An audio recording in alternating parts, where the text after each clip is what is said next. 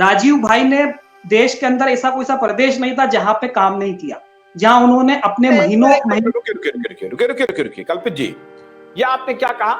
ये आपने कहा कि रामदेव जी राजीव भाई को कहते थे कि पहले 100 करोड़ का धंधा करने दो, 200 करोड़, मतलब 100 करोड़ आने दो, 200 करोड़ आने दो, 500 करोड़ आने दो, 1000 करोड़ आने दो। जब ये पैसे हमारे पास आ जाएंगे तब हम अपना रंग दिखाएंगे, तब हम अपना रूप दिखाएंगे। क्या करेंगे, क्या दिखाएंगे? वो रंग क्या दिखाना चाहते थे? राजनीति करना चाहते थे? क्या करना चाहते थे? व्यवस्था परिवर्तन के लिए जो धन चाहिए था वो चाहते थे? वो क्या चाहते क्या थे रामदेव? नहीं, ये जो वो रामदेव अपना बिजनेस बढ़ाना चाह रहे थे। मतलब राजीव भाई की नजर में स्वदेशी का मतलब ये है जो आपके आसपास बना हुआ है। राजीव भाई ने कभी नहीं कहा कि आप पेस्ट से दांत मांजो, वो कहते थे कि जो आपके आसपास की जो नीम है वगैरह धातु ने इसका यूज करो।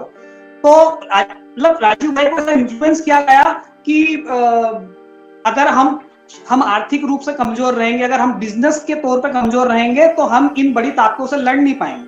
जबकि राजीव भाई का बहुत थ्री सूत्री कार्यक्रम था उनका एक ब्लैक मनी लाने का ये था कि हम सुप्रीम कोर्ट में हमारा केस चल ही रहा है, हमारे वकीलों की टीम लगी हुई है, और जब 2014 का इलेक्शन आएगा उसके पहले हम एक सांसद को हायर करेंगे और उससे एक प्राइवेट मेंबर भी संसद में रखवा देंगे कि विदेश में जितनी भी संपत्ति है वो भारत की राष्ट्रीय संपत्ति है।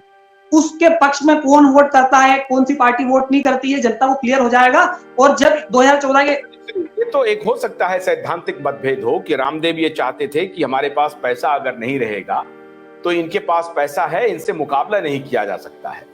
तो ये बात तो समझ में चली आती है कुछ पल के लिए कि हाँ भाई पैसा तो जरूरी है, क्योंकि बाहर निकलेंगे तो गाड़ी में बैठेंगे तो आपको पेट्रोल चाहिए, पेट्रोल के लिए पैसे चाहिए, पैसा देगा कौन? और अगर इतने हजारों सैकड़ों कार्यकर्ता होंगे, घूमेंगे, अपनी बात को पहुंचाएंगे, तो उसके लिए तो पैसा आवश्यक है। अब सवाल है कि ये जो पैसे का जो तरीका है जो राजीव भाई कह रहे थे, उस तरीके को माना जाए या रामदेव की कुछ और मंशा थी? तो हम आपसे यह जानना चाहते हैं कि रामदेव की मंशा अलग थी, राजीव भाई की मंशा अलग थी। रामदेव एक व्यापारी बनना चाहते थे और राजीव भाई उनको सन्यासी देख रहे थे, और राजीव भाई का जो उद्देश्य था व्यवस्था परिवर्तन था, और संपूर्ण व्यवस्था परिवर्तन था। एक बार इस देश ने संपूर्ण क्रांति के नाम पर एक छल देख लिया है पहले ही, यह उनको मालूम था कि वो छल नहीं होगा, इस बार संपूर्ण परिवर्तन होगा, और इसीलिए उन्होंने खुद को बलिदानी बना दिया था। घर बार छोड़ करके बलिदानी लोगों की जमात इकट्ठा कर रहे थे जो अपने घर से भी विमुख हो, तो उस प्रकार का उन्होंने काम किया था। तो ये भी कहा जाता है कि रामदेव जी जाकर के उनके परिवार को कह रहे थे कि ये बेटा मुझे दे दो। देखिए इसमें क्या डिफरेंस आप पाते हैं दोनों के उद्देश्य में, 2008 की बात है रामदेव और राजीव भाई के बीच में?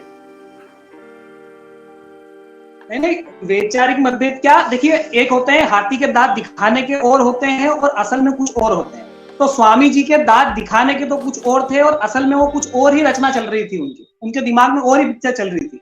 मैं आपको बता रहा हूँ कि अगर मैं राजीव भाई के साथ 2-3 दिन भी होता ना, तो मैं उनको साफ कह देता कि राजीव भाई आप गलत व्यक्ति पे भरोसा कर रहे हो।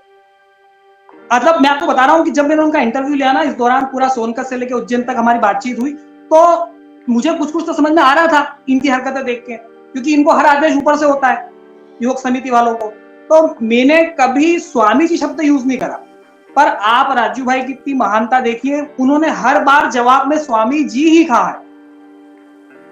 वो उन पे एक अंधा भरोसा किया, और अंधा भरोसे का मतलब क्या राजीव भाई ने ये आप लोगों के साथ कभी शेयर किया कि देखो हम इस व्यक्ति को सन्यासी समझते हैं और ये व्यक्ति कहीं शायद पैसे के पीछे भाग रहा है, इनका उद्देश्य व्यवस्था परिवर्तन नहीं है?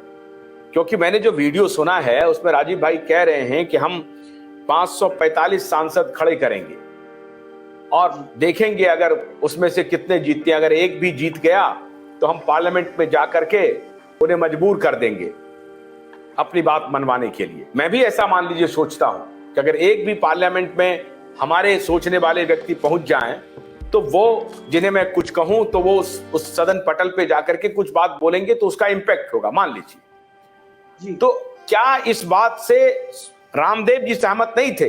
रामदेव जी का एजेंडा कुछ और था, वो राजनीति में एंटर करना नहीं चाहते थे, या किसी और पक्ष के लिए वो काम कर रहे थे, किसी और बड़ी पार्टी या किसी और संगठन के लिए काम कर रहे थे? जी आशुतोष जी बहुत सही पकड़े आप कि वो किसी और पक्ष के लिए ही सारी पिक्चर चल रही थी बाबा रामदेव की, क्योंकि जब मैंने उनसे सवाल पूछा उनको, देखो राजीव भाई और रामदेव महाराज में क्लियर अंतर बताता हूं मैं आपको। मैंने राजीव भाई से जो जो सवाल पूछे उन्होंने उसके क्लियर कट और तुरंत उत्तर दिए बिना सोचे, मतलब एक निश्चल व्यक्ति जैसा होता है ना, उन्होंने वैसे जवाब दिए। और रामदेव जी तो जवाब दे ही नहीं पाए, उन्होंने आज तक नहीं दिया। उन्होंने कहा था कि मंच पे से जवाब देंगे, वो अभी तक मंच आया ही नहीं उनका अभी तक। और देखिए एक बात मैं बताना चाहूँ, एक बात को हम छोड़ रहे हैं कि जब राजीव भाई की देहांत हुआ ना, राजीव भाई ने हर प्रदेश में काम किया है, तो क्या उनका शव उनके जिन लोगों ने उनके साथ में काम किया है, और ये जो आपने शब्द यूज किया था बलिदानी लोग जो पूरा जीवन समर्पित कर रहे हैं, क्या वो जो जीवन समर्पित हो रहा था, क्या वो योग के नाम हो रहा था या भारत स्वाभिमान के नाम हो रहा था? आपने भारत स्वाभिमान, और है ना, राजीव भाई की हत्या नहीं हुई है, भारत स्वाभिमान संगठन की भी हत्या हुई है। आज भारत स्वाभिमान का कोई नामो निशान नहीं है।